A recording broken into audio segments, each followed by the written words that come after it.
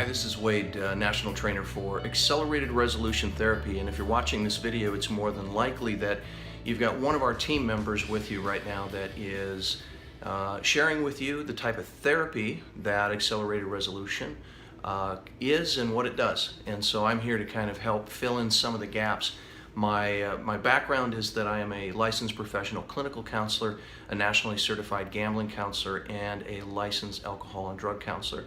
My scholastics, though, are really strong in neurobiology, and I guess what I'm going to kind of share with you is how exactly, or at least theoretically, accelerated resolution therapy works. So what we're actually doing is we're treating a part of the mind that holds on to images, so the amygdala and the hippocampus. The amygdala is the emotional center for the brain, and the hippocampus is the area of the brain that kind of holds images. And so what we're doing basically is we're asking the client to see their scene, is what we're asking them to do, or their trauma experience. We're always putting it into a scene.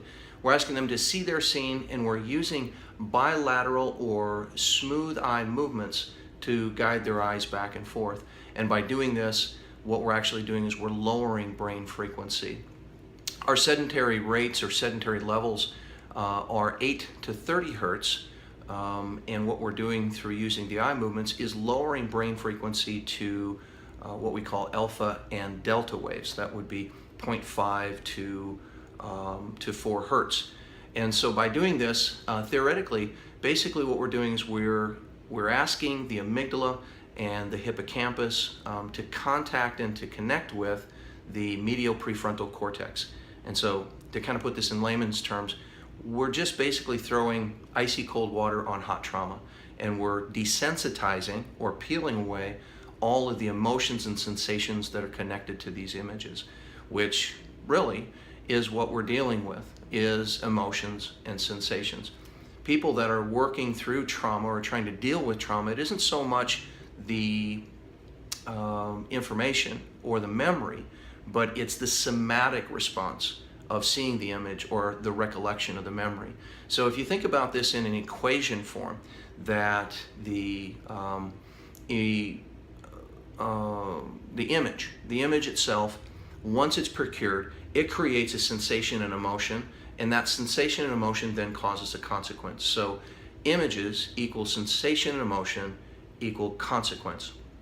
We know through the work that Eric Kandel has done in his work through dendritic spine growth and knowing that new dendrites grow when we learn new behavior, we know that there is a protein synthesis that happens every time that we download or recall a memory and then upload a memory. So during this period of download and upload, especially when it comes to traumatic memories, there's actually a process that renders these memories unstable. So they're malleable, they're changeable.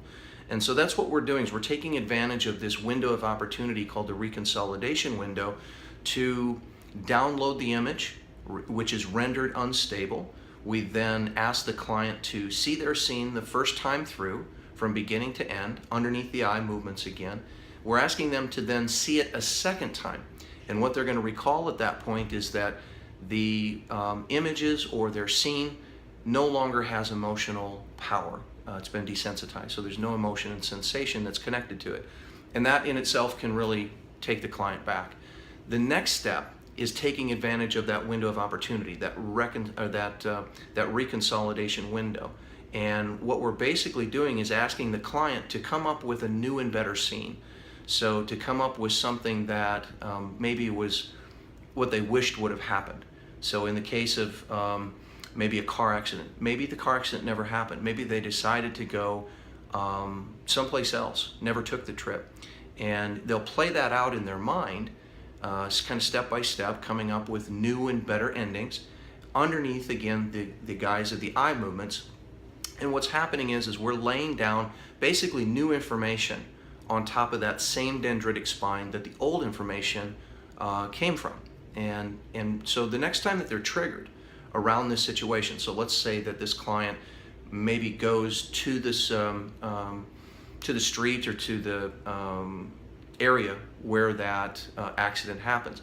Well, normally they would have a recollection of the old information, and it would create a somatic response, which then would cause a consequence. Maybe the consequence is increased heart rate, respiration, sweatiness, that sort of thing.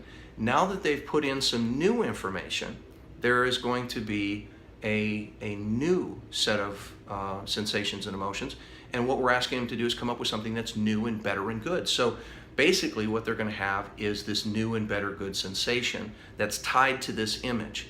Now, the old information is still going to be there. They're still going to know that they had an accident and that happened at that intersection or on that street, but there's no longer going to be that sensation and emotion. Now, art therapy is very systemic. There is a beginning, a middle, and an end. There is another therapy that is called EMDR, eye movement desensitization and reprocessing, that is not systemic. It is kind of open to interpretation. So what clients often find is that they will open up several different either repressed or suppressed memories, and by leaving those open, it leaves the client susceptible to further psychological toil or damage or maybe even pain. And so the differences being that accelerated resolution therapy uses voluntary image replacement, just like going to the dentist. You take out the decayed part of the tooth, and then you fill the tooth with a filling, which is new and good because we're not going to have the pain that's associated with it anymore. Same thing with accelerated resolution therapy. We are basically asking them to recall the trauma experience, the decay. We're taking out the decay by basically desensitizing all the sensations and emotions, and then we are filling that area with something new and better and good. Of course, there's more to the process, and it's very, like I mentioned, very systemic, and we go kind of step by step in every session to make sure that when we open up an area, we process through the entire thing, and then we create the filling, which is that new and better scene that they're going to recall the next time that they're triggered. So I want to invite you to stop into our website, which is www.r101.org. And there's a lot of information there that you can tap into. It has links to the Accelerated Resolution Therapy website.